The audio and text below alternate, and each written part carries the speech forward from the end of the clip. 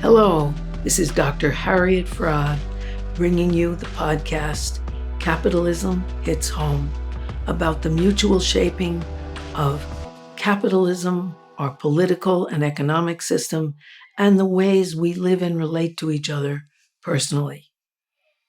This podcast is brought to you by Democracy at Work. Today, I want to talk about one of the two pillars of American emotional life. One of the two that is cracking and shaking, but nonetheless a pillar, and that is marriage. It used to be that one expected as an American that as one matured, signs of maturity would be you grow up, you get married, and you have children. Well, that's not happening. Well, it's not only not happening in the US, it's happening in 97% of the globe, but I'm focusing on the US, so I'm going to talk about the American case here. Most American marriages end in legal separation or divorce.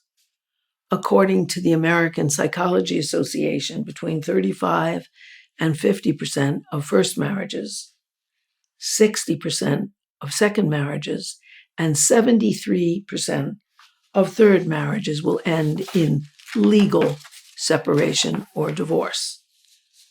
They don't count these in their statistics, but another 15 or 20% of marriages end when people don't have children to fight over or assets to fight over. They just decide to split and make an agreement with each other. The average cost of a divorce is $7,000. So that a lot of people, particularly in America now, where a lot of people don't have money, 15 to 20% of people just split. Some split without even informing one another, but mostly they make an agreement about whatever they have or don't have, and they split. And they're not even legally counted. So we face the fact that a vast number of Americans are divorced. This is a new development. Whether they're legally or not legally, they're not in marriages. For the first time in American history, the majority of women are not married. On the one hand, the number of people who divorce seems to have dropped since the 1980s. But since the 1980s and Ronald Reagan's era has ushered in a whole era of union busting and impoverishment on the part of the mass of Americans, a lot of more people just separate without bothering with the expensive legal system when they split. Now, in addition, there's a lot of other things that have changed, partly because of the vast number of divorces. The social stigma about divorce has changed. It used to be that if you were divorced, people assumed that there was something wrong with you. My older sister married someone divorced, and his mother came to her and said, "I can't believe you're marrying a divorcee." Nobody would say that now. And so that now it's expected that people would get divorced. Now, how come? What changed besides the economy, which has changed radically? Well, partly the women's movement's publicity of the battering of women. It's now publicly known that 1 out of 3 wives gets hit by her husband.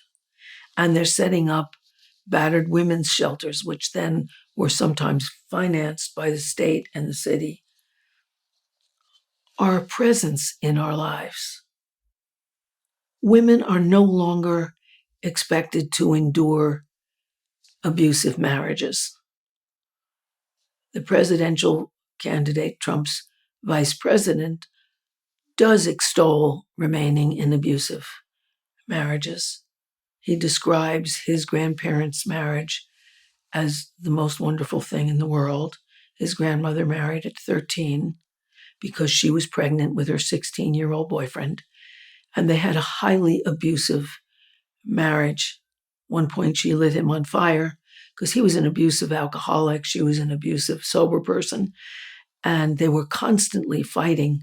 One of her children put out the fire, and they did get the husband to the emergency room to get his skull stitched up when she smashed it with a vase. In any rate, they stayed together. And J.D. Vance extols that people should stay together regardless of abuse. Another thing that has helped people feel better about leaving unhappy marriages is that the United States is not religious the way it used to be. The majority of Americans say they don't believe in any particular religion. They don't believe in God or angels or the devil. Here they also disagree with J.D. Vance, who believes in God and the devil.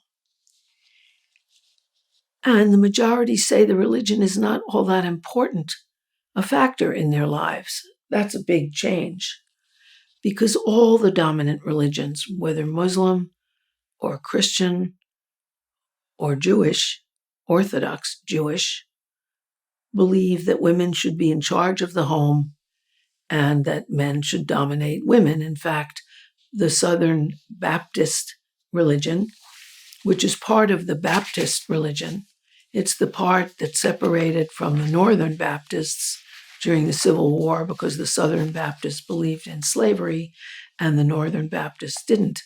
But at the moment, the Southern Baptists are the most numerous congregation in the United States, and they believe that men should protect women and women must be subordinate to men. Therefore, women are not allowed to be supervisors of men on the job or in any way ahead of men. Men are supposed to be dominant and women subordinate. Men are supposed to protect women and women are supposed to be subordinate to men.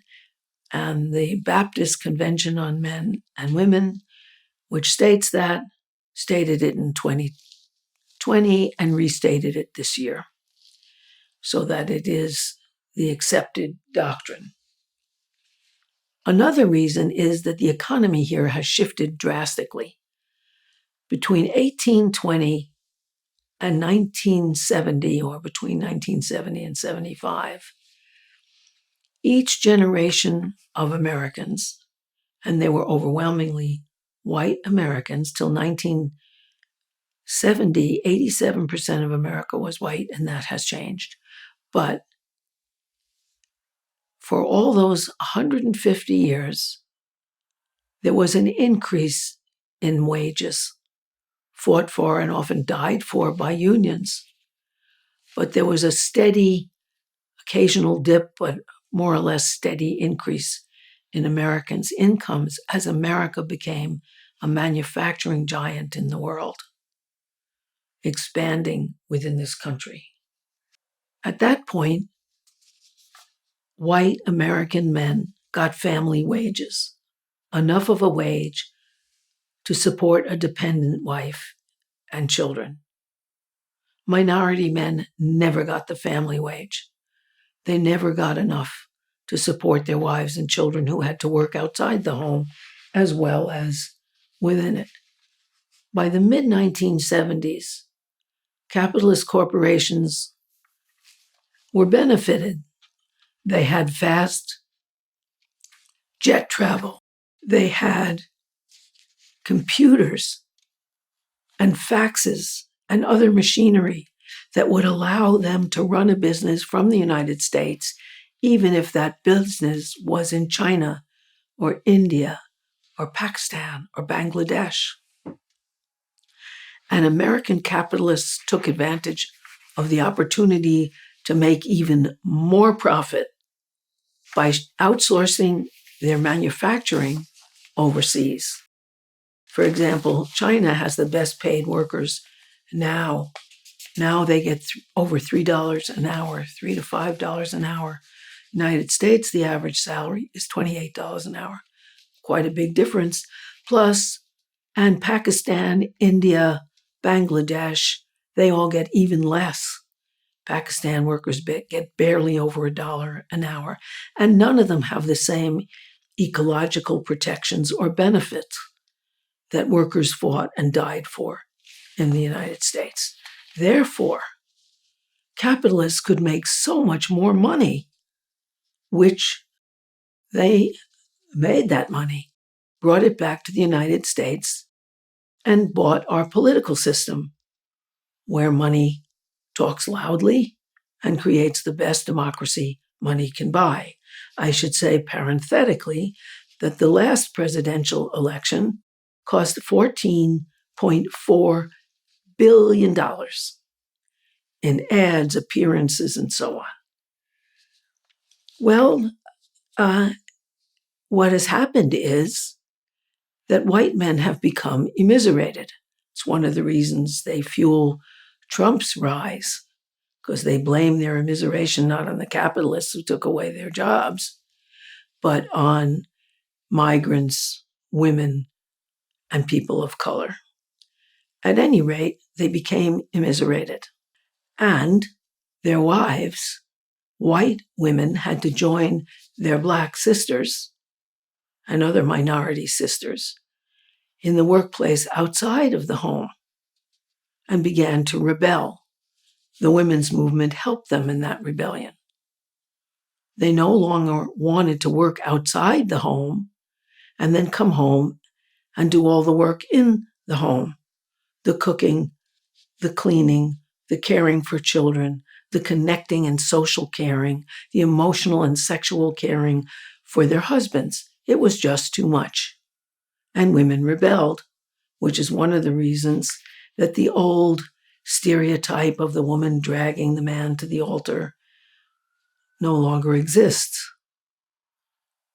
Blue-collar men would have to drag women to the altar because they consistently refuse to marry blue-collar men who can't support them and who want to reinforce their manhood by being taken care of by women doing all the domestic work, the child care, sex work on demand, and social work connecting them and their friends.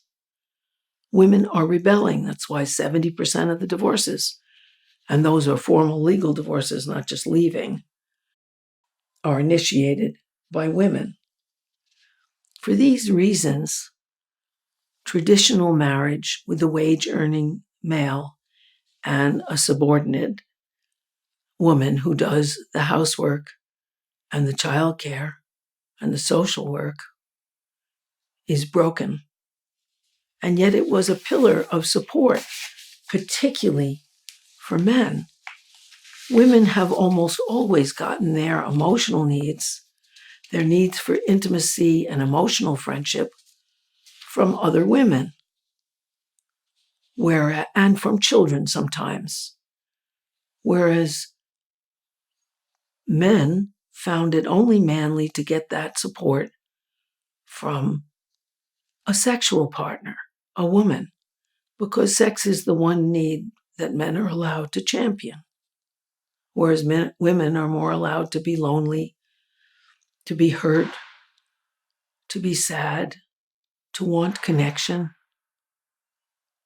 There's a big difference. It's one of the reasons that all the mass murderers now are men. I've studied that for the past several years. In the last 5 years, there was one female mass murderer, and she was a trans woman becoming a man. However, also over 80% of the people who are in jail for violent offenses are men, because anger is an emotion allowed by men. Men are in real trouble. As I walk around New York City and watch out for insane people, the people that I see who have lost it, raving and doing bizarre things, are overwhelmingly male. Men are in deep, deep trouble. A few years ago, there was an award-winning film that beautifully documented this. It was called Manchester by the Sea, and it was about a woman and a man, and the mother of his children, and the woman left the man. And he went to a bar, he got drunk, he beat people up, he was utterly lost. Whereas she made connections with her children and other women. And he was in horrible emotional shape, but she was surviving. There's a country and western song where the chorus is, she's been thinking, and I've been drinking. She's thinking about leaving, and I'm getting drunk. Very different adjustments. So what are people going to do now? What's happening here? Now that the marriage pillar of American mental health is cracked and shaking,